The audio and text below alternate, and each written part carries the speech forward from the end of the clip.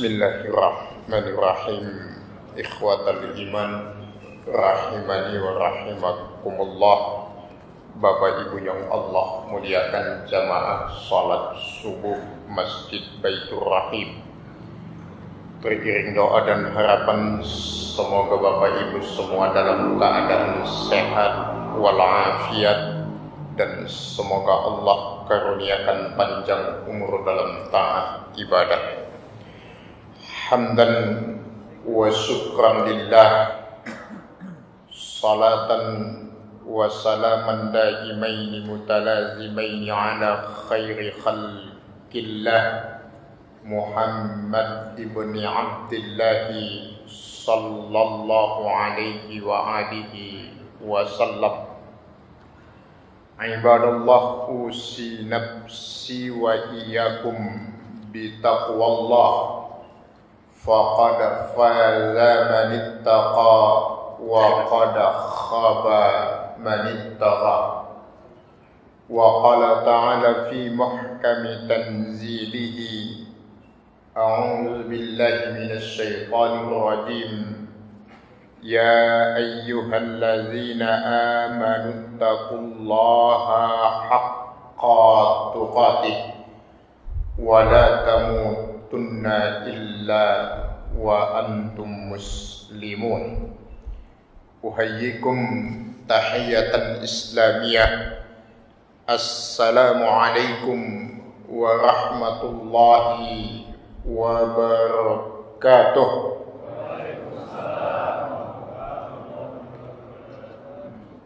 Ibnu Qayyim Az-Zawzi di dalam kitab Madarijus Salikin mengatakan bahwa ibadah yang terbaik itu adalah ibadah yang menjauhkan kita dari hal-hal yang kita inginkan. Jadi ibadah yang terbaik itu adalah ibadah yang menjauhkan kita dari hal-hal yang kita inginkan. Bapak Ibu yang Allah muliakan, jujur kita akui, tidak ada orang yang hobinya sholat, itu enggak ada. Tidak ada juga orang yang hobinya puasa. Dan tidak ada juga orang yang hobinya itu zakat dan seterusnya. Maka dalam agama kita, ibadah yang terbaik itu adalah ibadah yang dijauhkan dari apa yang kita inginkan. Karena pada hakikatnya manusia itu selalu menuruti apa yang dikehendaki oleh hawa nafsunya. Maka dalam Islam itu ada pemaksaan. Ayat yang mengatakan la ikraha fiddin itu konteksnya adalah dalam masalah keyakinan. Tetapi bagi yang sudah ada di dalam Islam ada pemaksaan, maka Allah pasti mewajibkan segala sesuatu yang tidak disukai oleh manusia.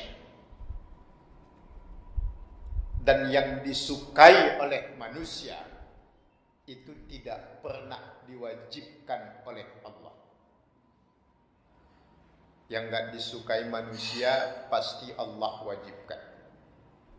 Sholat, zakat, puasa itu semuanya hukumnya wajib. Karena manusia pada hakikatnya enggak suka. Tapi kalau manusia suka, itu enggak diwajibkan.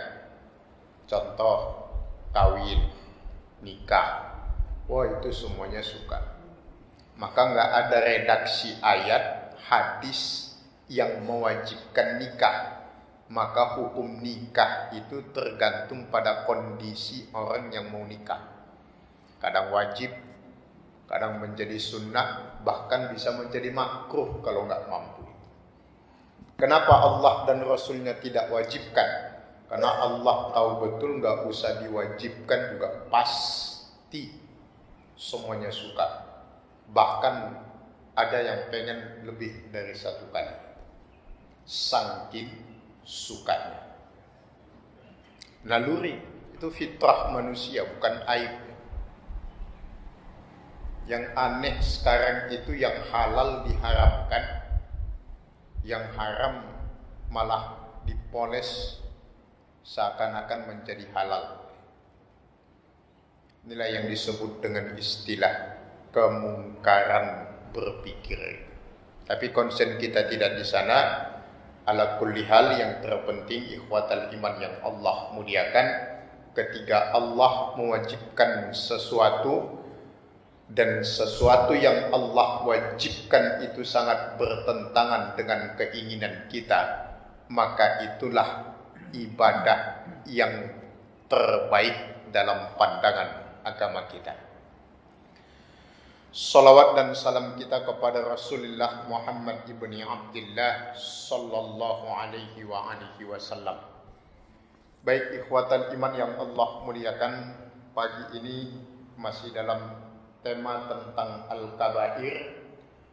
Kita akan membahas dosa besar yang ke-55, yaitu berkurban kepada selain Allah.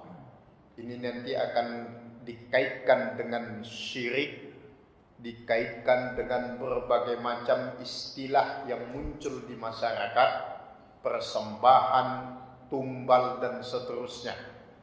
Bahkan fenomena pengobatan. Ya, ada metode pengobatan memindahkan penyakit kepada binatang. Itu kan dulu sempat viral. Ini nanti akan berkaitan. Nah, sebagai pengantar ikhwatal iman untuk sampai ke dalam tema kita tentang berkurban kepada selain Allah, agama itu adalah pengorbanan.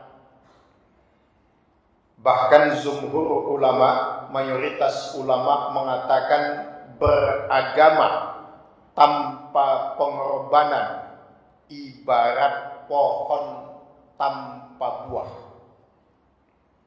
Sebab agama itu menuntut pengorbanan yang disebut dengan istilah pengabdian ilahiyah.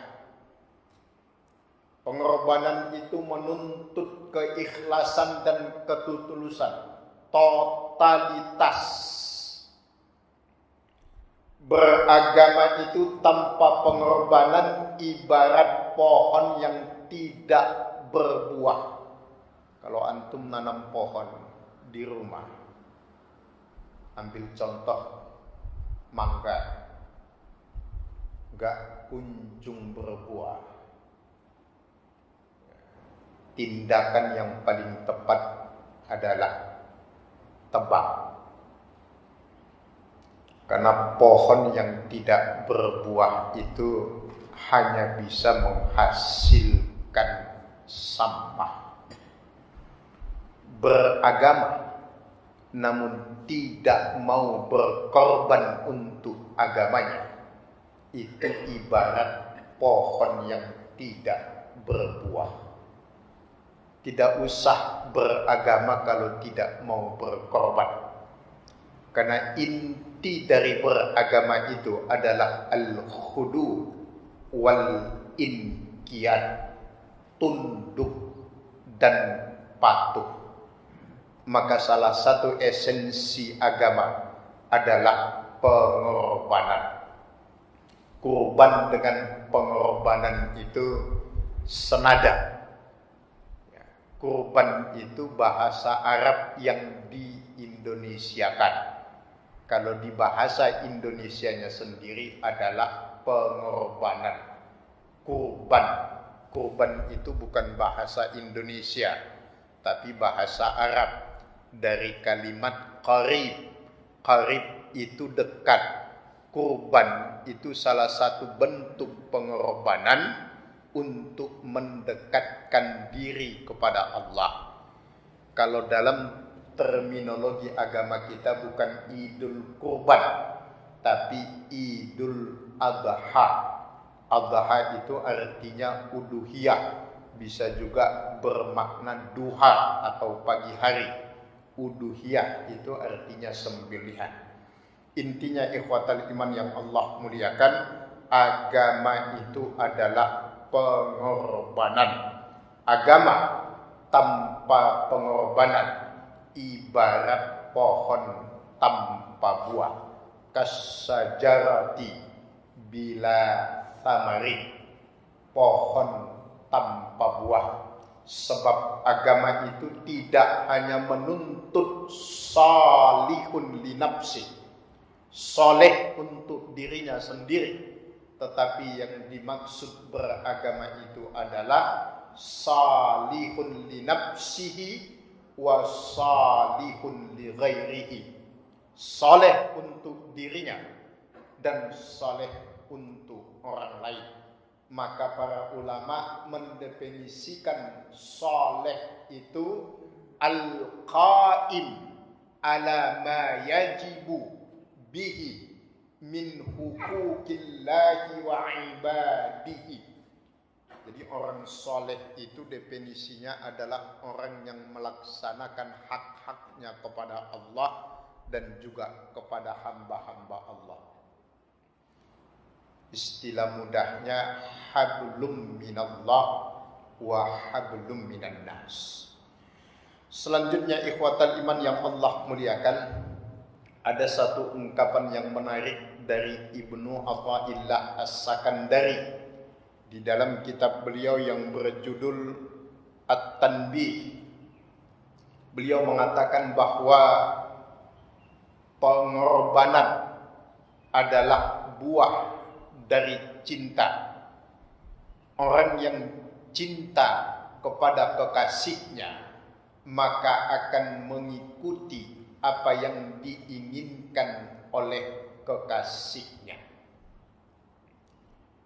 Ikhwatal iman yang Allah muliakan, agama ini salah satu juga intinya adalah cinta.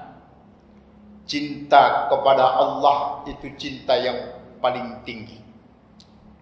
Kalau ada yang mengaku beragama tetapi tidak memiliki kecintaan kepada Allah dan Rasul-Nya dalam bentuk kerelaan dan kepasrahan, mudahnya begini, orang beragama itu ikhwatal iman adalah orang yang mau diatur oleh Allah, bukan malah sebaliknya mengatur oleh Allah. Kepasrahan adalah bentuk dari kecintaan kepada Allah. Jadi kalau ada yang mengaku cinta kepada Allah, cinta kepada Rasulullah, tapi tidak mau diatur Allah dan tidak mau diatur Rasulullah, itu namanya tidak cinta. Itu cinta palsu. Karena wujud dari kecintaan itu adalah kepasrahan. Jadi dua hal, agama itu pengorbanan, yang kedua, agama itu adalah cinta. Cinta itu mewujud dalam kepasrahan. Prakteknya, jangan atur Allah, biarkan Allah yang mengatur kehidupan kita. Ini kadang-kadang sibuk mengatur Allah, ya, tetapi diatur Allah nggak mau. Maka ayat yang sering dipakai dalam konteks kurban itu adalah inna a'tayna kal kautsar fasalli li rabbika wanhar inna syani'aka huwal abtar. Kata kuncinya adalah inna a'tayna kal kausar. Kata kausar itu dalam tafsir, semua buku tafsir kalau kita baca minimal mengandung 3 kata. Bisa bermakna sungai di surga yang bernama Al-Kautsar. Yang kedua bisa bermakna telaga di dalam surga yang kelak seluruh umat Rasulullah akan minum dari telaga itu. Dan yang ketiga, Kautsar di sini yang lebih umum adalah nikmat yang begitu banyak. Inna a'tainakal kautsar. Kita ini sudah diberikan nikmat yang begitu banyak oleh Allah, maka syukuri nikmat itu dengan 2 sikap tindakan.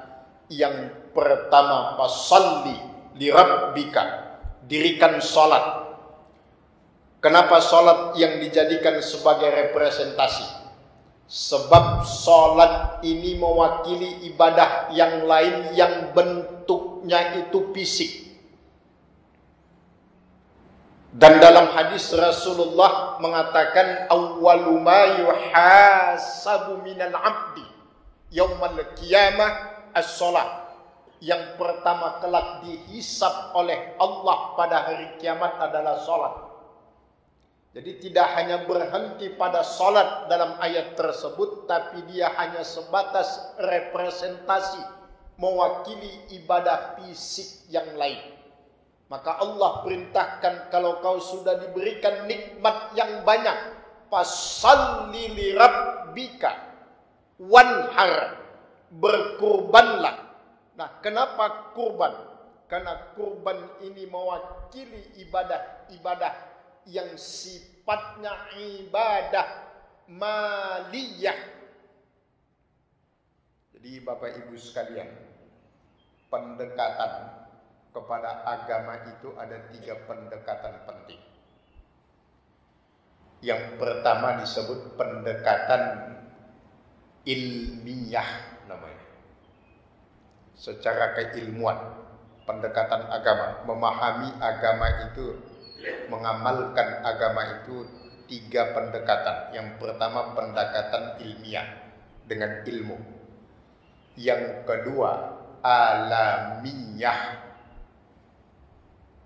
Apa yang terbentang dalam kehidupan, apa yang terjadi dalam kehidupan ini menjadi pelajaran. Dan yang ketiga maliyah dengan pendekatan harta. Maka Allah juga menjadikan Rasulullah dikelilingi oleh para sahabat yang multi karakter, multi talenta. Ada Abu Bakar, ada Umar ibnu Khattab, ada Utsman ibnu Affan, ada Ali ibnu Abi Thalib dan sahabat-sahabat yang lain. Kalau Abu Bakar arif dan bijak, Umar tegas, Utsman dermawan, Ali bin Abi Thalib dan Umar ibnu Khattab itu mirip. Utsman dengan Abu Bakar itu mirip. Tapi ada lagi sahabat yang sangat menarik yang ditulis oleh sejarah dengan julukan sahabat yang gagal miskin. Jadi kalau kita buka kitab Ar-Rahiqil Maktum, tulisannya Syekh Sofiur Rahman Al-Mubarakpuri itu, yang sudah mendapat penghargaan dari Khadimul Haramain itu, Raja Arab Saudi. Di situ ditulis Abdurrahman bin Auf itu dijuluki sebagai sahabat Nabi yang gagal miskin. Kebanyakan kan orang gagal kaya, Pak. Nah, ini gagal miskin. Karena beliau pernah mendengar Rasulullah mengatakan sahabat Rasulullah yang paling akhir masuk surga itu adalah Abdurrahman bin Auf. Karena hartanya terlalu banyak. Makanya hisabnya kelak lama. mendengar Rasulullah mengatakan demikian, itu Abdurrahman otomatis menyedekahkan separuh lebih dari separuh hartanya disedekahkan semuanya. Bukan malah miskin, tambah kaya. Makanya disebut sahabat yang gagal miskin. Kalau yang lain kan banyak saya dengan yang lain maksudnya. Itu orang yang gagal kaya. Kalau beliau sahabat yang gagal miskin. Jadi bersedekah itu bukan menunggu kaya, tetapi kita akan kaya dengan bersedekah. Ini analogikanya sama dengan kurban, Pak. Ini kita garis bawahi sama-sama. Berkurban itu bukan karena mampu, tetapi berkurban itu karena iman. Catat. Karena kalau nanti disebut berkurban bagi yang mampu, pasti banyak yang merasa nggak mampu. Yakin, hakul yakin. Tanya satu-satu, pasti semua merasa nggak mampu, Pak. Padahal kalau diurut, ini kurban kan Zulhijjah. Kita mulailah dari Muharram. Setelah Zulhijjah kan Muharram sampai Zulqa'dah itu berapa banyak uang yang kita pergunakan untuk ya hal-hal yang terbuang begitu saja.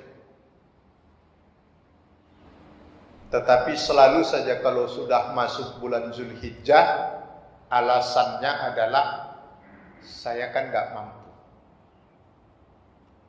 Sorry to say, ikhwatal iman yang Allah muliakan, usi nafsi wa iyyakum, kita saling mengingatkan kalau zaman sekarang istilah kurban bagi yang mampu itu sudah relatif nggak ada.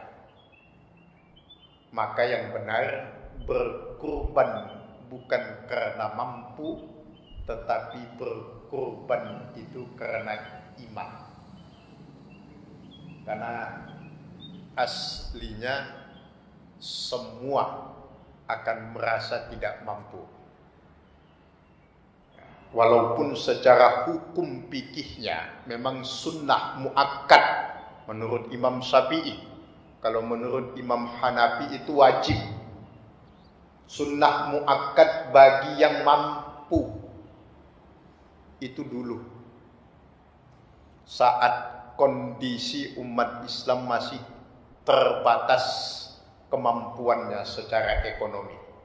Kalau sekarang, ya subhanallah, ya mohon maaf, beribu maaf saja kalau kita berhitung ya, yang perokok, ya satu hari kan minimal taruhlah 30.000 ya. Satu hari itu buat rokok. Kalau dikali setahun udah berapa? Dan banyak hal.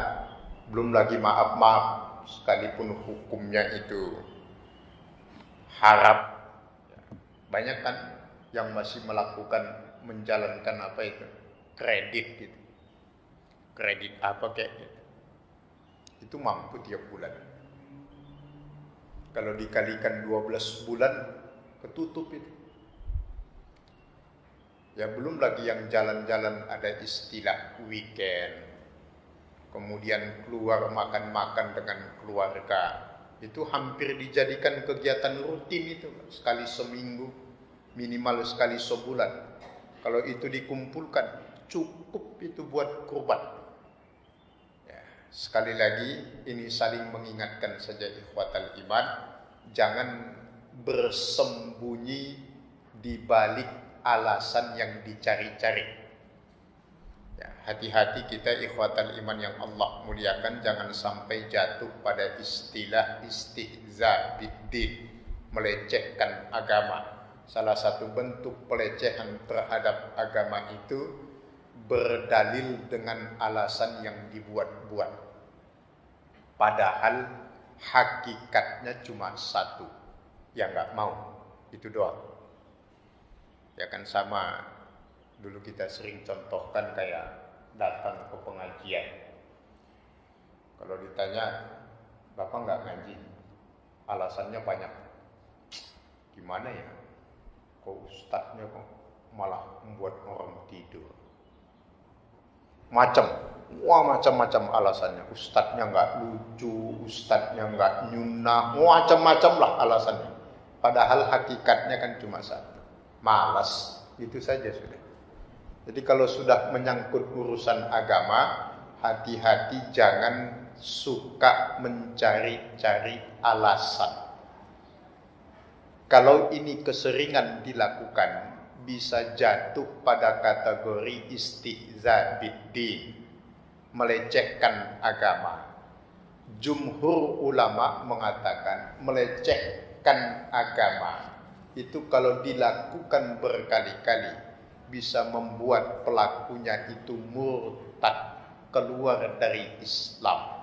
Itulah yang disebut dengan murtad dalam kategori murtad i'tiqadiyah namanya. Murtad keyakinan. Maka ada istilah mudahnya murtad tanpa terasa. Sudahlah, to the point saja, nggak usah berbelit-belit. Jangan kebanyakan basa-basi. Gimana? Gak ngaji Pak? Malas. Gak sholat? Malas. Kadang-kadang ditanya gak sholat, gimana ya? Aduh, kok saya belum bisa khusyuk ya kalau sholat. Gimana mau khusyuk, sholat aja enggak. Itu dia cari-cari namanya. Baik ikhwatal iman yang Allah muliakan, kita masuk kepada pembahasan tentang apa yang dimaksud dengan berkorban atas selain Allah. Dalilnya jelas Quran surat Al-An'am ayat 121. Wala ta'kulu mimma lam yuzkarismullah alaih wa innahu lafis. Jangan memakan binatang sembelihan yang tidak disebut nama Allah di saat menyembelihnya, sebab itu jelas-jelas sebuah kefasikan. Maka di saat menyembelih hewan, baik itu kurban, akikah atau sembelihan yang tidak ada kaitannya dengan kurban atau akikah, yang pertama disyaratkan dalam agama adalah tasmiyah. Ini catatannya. Tasmiyah itu adalah penyebutan nama, dan nama yang dimaksud di situ adalah nama Allah, diniatkan untuk Allah semata. Maka para ulama menghukumi, ini hukum jumhur ulama, mayoritas ulama menegaskan jika tasmiyah di saat penyembelihan hewan itu dilupakan atau terlupakan, maka hukum sembelihannya itu haram. Digaris bawahi Pak, dilupakan dan terlupakan itu tetap hukum sembelihannya haram. Lupa dan terlupakan, sengaja atau tidak sengaja, tidak ada penyebutan nama tasmiyah, menyebut nama Allah di dalamnya, maka sembelihannya itu hukumnya haram.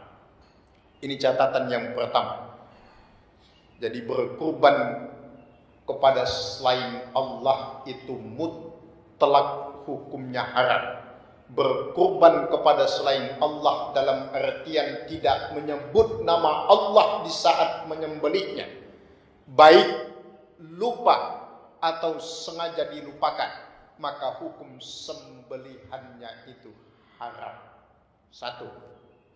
Yang kedua, yang masuk dalam kategori berkorban kepada selain Allah adalah mereka yang mempersembahkan kurbannya untuk niat-niat tertentu, apapun bentuknya, buat kesembuhan dan seterusnya. Itu mutlak syirkun billah, itu syirik. Maka ketika kita menyembelih hewan, niatkan hanya kepada Allah. Jangan niatkan dengan niat selain Allah. Ada orang yang menyembelih hewan niatnya buat kesembuhan, persembahan buat ini dan seterusnya dan seterusnya. Ya, disuruh sama guru spiritual. Guru spiritual itu bukan dukun, bukan ustadz, bukan kiai, bukan habib. Guru spiritualnya umat Islam itu cuma satu, Nabi Muhammad sallallahu alaihi wasallam. Ya, padepokannya umat Islam itu cuma satu, masjid, bukan saung. Jadi kalau dibilang guru spiritual, abah anu, mbah anu, itu nggak benar. Guru spiritual kita ya Rasulullah. Memang kita tahu spiritualitas sholat dan seterusnya, zikir itu dari siapa? Dari Rasulullah. Jadi muaranya ke sana. Jadi jangan punya guru-guru spiritual yang lain, penasehat spiritual dan seterusnya. Ya cuma Rasulullah. Nggak ada ustadz anu, kiai anu dan sebagainya. Wah, kiai ini, ustadz ini penasehat spiritual saya. Salah itu. Itu namanya takdis. Takdis itu mengkultuskan. Hukum kultus individu dalam Islam itu haram. Haram kultus individu. Kenapa kultus individu itu diharamkan? Karena akan melahirkan fanatisme buta. Apa sih fanatisme buta itu? Ya, fanatisme buta itu kalau disederhanakan dalam bahasa orang Tegal itu adalah pokoknya. Pokoknya Ustadz Inyong. Pokoknya Ustadz saya. Dia nggak terima, mau ustadznya salah, mau kiainya salah, nggak terima. Padahal ya salah.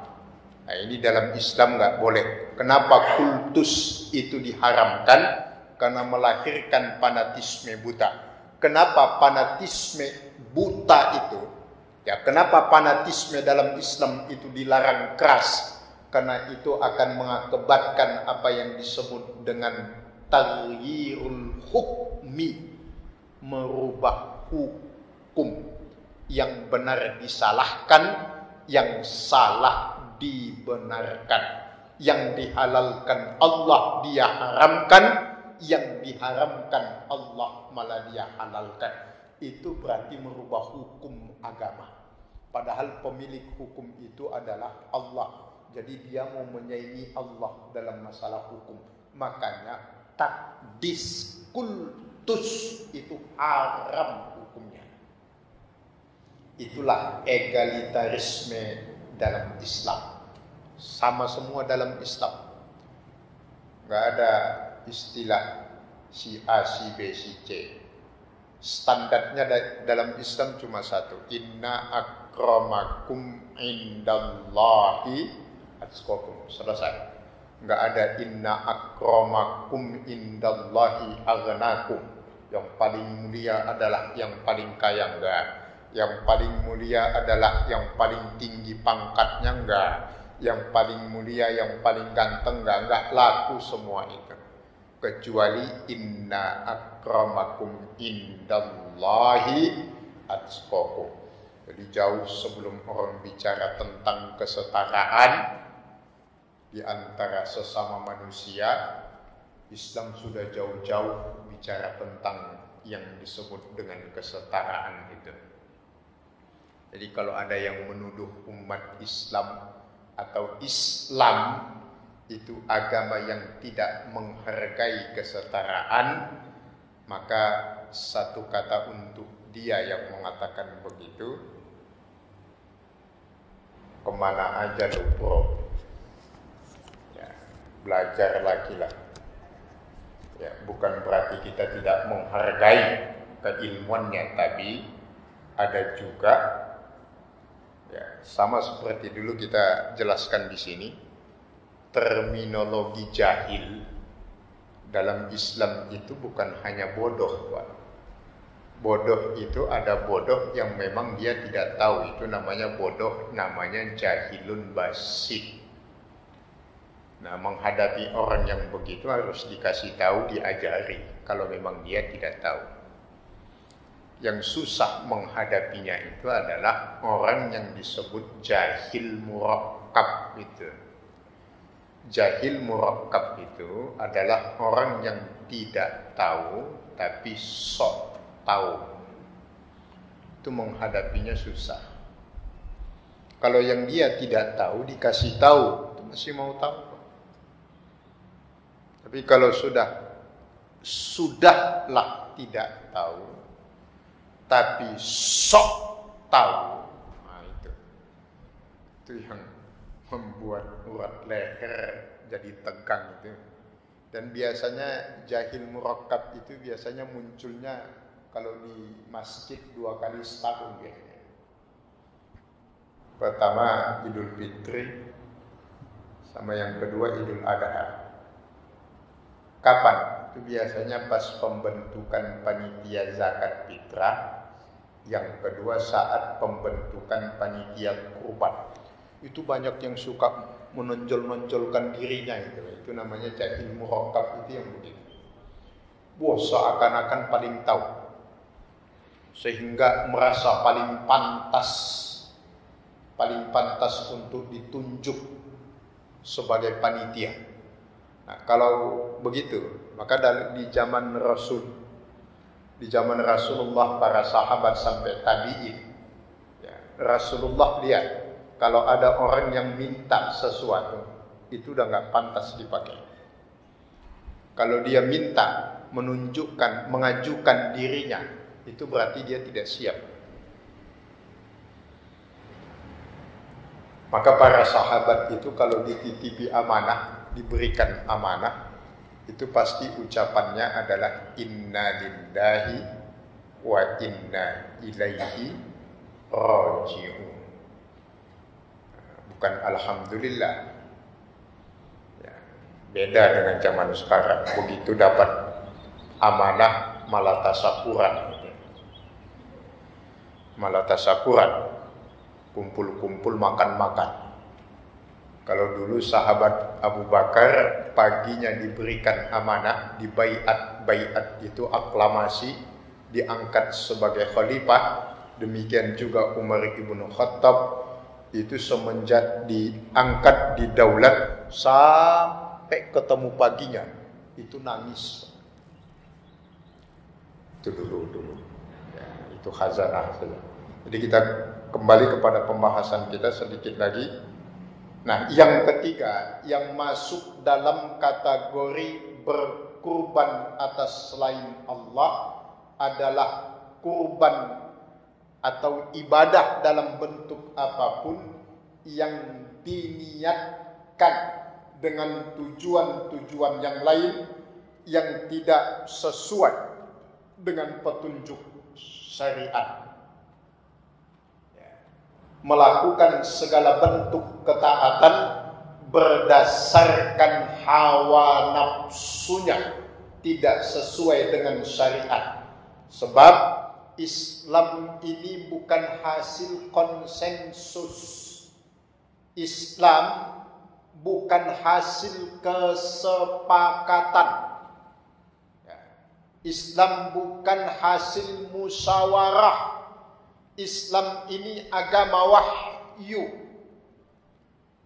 sesuai dengan Quran dan hadis, bukan agama konsensus, bukan agama kesepakatan, bukan agama persetujuan, tetapi ini agama wahyu. Maka seluruh pelaksanaan ibadah dalam Islam, termasuk kurban, harus sesuai dengan syariat Islam. Keluar dari syariat Islam, maka itu dimaksud berkurban kepada selain Allah. Apa contohnya? Keluar dari syariat Islam, dia menciptakan aturan mainnya sendiri dalam beribadah, khususnya berkurban. Dalam konteks kurban yang sekarang ini dalam waktu dekat akan kita jelang, dia menciptakan aturan mainnya sendiri dalam berkurban. Semaunya dia, ngotot dengan maunya dia, padahal syariat sudah memberikan jalan keluar alternatif. Ya. Salah satu bentuk tidak sesuai dengan syariat Islam adalah asas kemanfaatannya. Ibadah dalam Islam itu tidak hanya berdiri sebagai ibadah NC semata. Contoh solat hanya sebatas solat tidak bisa. Maka Allah ancam juga kan, fawailul lil musallin, yang solat pun masih bisa celaka. Termasuk kurban, itu tidak hanya bicara tentang masalah pelaksanaannya, tetapi juga masalah asas dan manfaatnya. Inilah ikhwatal iman yang Allah muliakan, yang menjadi bahan renungan kita juga umat Islam. Bapak Ibu, kalau kita buka data Bajnas, Badan Zakat Nasional, Amil Zakat Nasional, itu potensi zakat di Indonesia, umat Islam itu setiap tahunnya 20 triliun rupiah. Dan yang baru terhimpun sekian persen. Kalau data yang terbaru terhimpun 5-7%. Jadi sekitar sekian triliun. Kenapa semua perangkat syariat dalam Islam ini tidak mampu atau minimal meminimalisir semua problematika keumatan? Karena banyak yang tidak tepat sasaran. Sedekah, zakat, wakaf, segala-galanya itu banyak yang tidak tepat sasaran Bapak Ibu sekalian. Saya pernah coba teliti. Wallahi, saya katakan kepada antum bisuraha terus terang, penelitian yang paling sederhana, contoh kurban, pembagian daging kurban. Bapak Ibu sekalian, silahkan iseng-iseng setelah semua kurban disembelih, kemudian antum keliling, khususnya di Jalan Raya Kalimalang. Kita tidak menuduh siapa-siapa. Itu banyak penadah daging kurban Bapak Ibu sekalian. Dijual Pak. Karena daging kurban itu daging segar. Dihargai murah, cepat lakunya Pak. Jadi satu orang itu bisa dapat kupon berkali-kali. Dan saya ketemu orangnya mutar di banyak masjid Pak. Khusus mungut daging kurban kemudian dijual. Itu contoh kasus. Jadi Bapak Ibu sekalian yang Allah muliakan, ini juga menjadi pesan bagi semua panitia pelaksana, usahakan semua tepat sasaran. Bukan hanya kurban, zakat fitrah juga demikian, infak sedekah jamaah juga demikian. Salah satunya yang paling membuat kita miris, itu banyak masjid yang bangga dengan jumlah saldo yang banyak diumumkan setiap hari Jumat. Itu paling miris Pak. Saya pernah sholat di suatu tempat, itu uang kasnya mencapai 250 juta rupiah. Pertanyaannya, itu uang umat mau Anda apain? Bukankah itu sedekah jamaah untuk kemakmuran masjid? Tetapi bangga dia kalau sudah punya saldo 250 juta, 100 juta, 100. Subhanallah. Antum silahkan buktikan. Di ITC Cempaka Mas, itu ada Masjid Al-Muttaqin namanya, Pak. Di pasar ITC Cempaka Mas itu. Itu antum dengarkan tiap Jumat.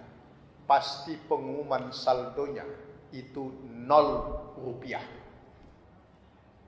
Situ nggak ada cerita saldo kas, Pak. Habis semua begitu terkumpul dikeluarkan. Yang terkumpul minggu ini dihabiskan untuk minggu selanjutnya. Artinya apa? Memang sedekah jamaah itu diputar untuk kepentingan jamaah dan masjid itu. Jadi benar-benar tidak hanya makmur secara fisik, tapi juga jamaahnya itu dimakmurkan.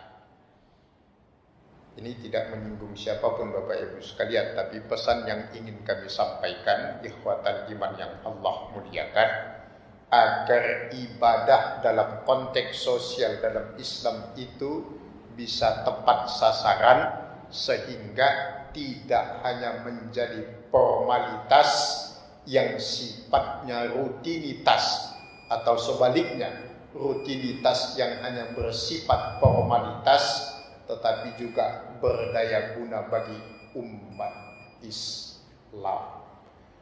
Jadi Bapak Ibu sekalian, asas manfaat juga menjadi perhatian dalam konteks berkorban untuk Allah. Lillahnya itu yang menjadi concern kita. Lillah itu tidak hanya selesai dalam pelaksanaan, tetapi juga selesai dalam pemanfaatan. Jadi ikhwatal iman yang Allah muliakan, jangan sampai ibadah yang kita lakukan itu sia-sia. Jangan sampai termasuk dalam kategori amilatun nasibah, atau dalam Quran surat Al-Kahfi yang sering kita baca setiap malam Jumat, pada ayat yang terakhir Allah menegaskan, qul hal nunabbi'ukum bil ahsarina a'mala. Maukah kau yang Muhammad, kata Allah, kami tunjukkan orang yang paling merugi, alladzina dhalla sa'yuhum bil hayatid dunya wa yahsabuna annahum yuhsinuna sun'a. Mereka yang tersesat dalam perbuatannya di dunia, tapi dia mengira sudah melakukan kebaikan, padahal yang dia lakukan itu bukan kebaikan. Hati-hati Bapak Ibu sekalian yang Allah muliakan, usi nafsi wa iyyakum. Ini menjadi concern kita semua, agar ibadah kita awali tadi dengan kata-kata Ibnu Qayyim Az-Jauzi, bahwa ibadah yang terbaik itu adalah ibadah yang menjauhkan kita dari segala keinginan-keinginan duniawi. Ini saja Bapak Ibu sekalian yang Allah muliakan. Sebelum kita tutup, ada pertanyaan? Alhamdulillah, enggak ada. Subhanallah. Ada yang mau tanya Bapak Ibu? Mewakili? Oh ada. Silakan Pak.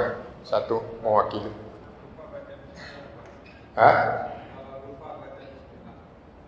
Lupa baca Bismillah saat menyembelih hewan. Jadi jumhur ulama tadi sudah berpendapat, malam yuzkarismullah fi, ayatnya tadi jelas Al-An'am 121, sengaja atau tidak disengaja, lupa atau sengaja dilupakan, itu sembelihannya menjadi haram. Maka tidak ada istilah untuk lupa ketika akan menyembelih, karena menyembelih itu adalah ibadah. Ibadah itu ada unsur kesengajaan. Dia kan sifatnya ibadah mahdoh, sama seperti sholat. Insya Allah orang sholat itu tidak akan lupa kalau niat. Kalau niatnya nggak ada, nggak sah sholatnya itu. Ya, antum mau sholat nggak niat kan nggak sah itu sholat. sama dengan menyembelih. Nggak ada niatnya ya berarti nggak sah. Maka hati-hati, tidak semua orang bisa menyembelih, tinggal potong.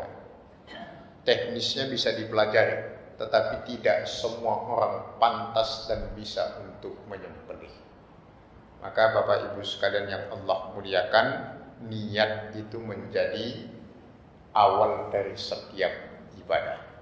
Ini saja ikhwatal iman yang Allah muliakan. Mudah-mudahan semua kita dikaruniakan sehat walafiat oleh Allah, dijauhkan dari segala penyakit, disembuhkan segala penyakit, dan mudah-mudahan kesehatan lahir dan batin senantiasa Allah karuniakan kepada kita, panjang umur dalam taat ibadah, Allah mudahkan segala urusan kita, sabar, istiqamah, dan mudah-mudahan kelak husnul khatimah. Allahumma amin ya rabbal alamin. Hadanallah wa iyyakum ajmain. Kita tutup dengan kafaratul majlis.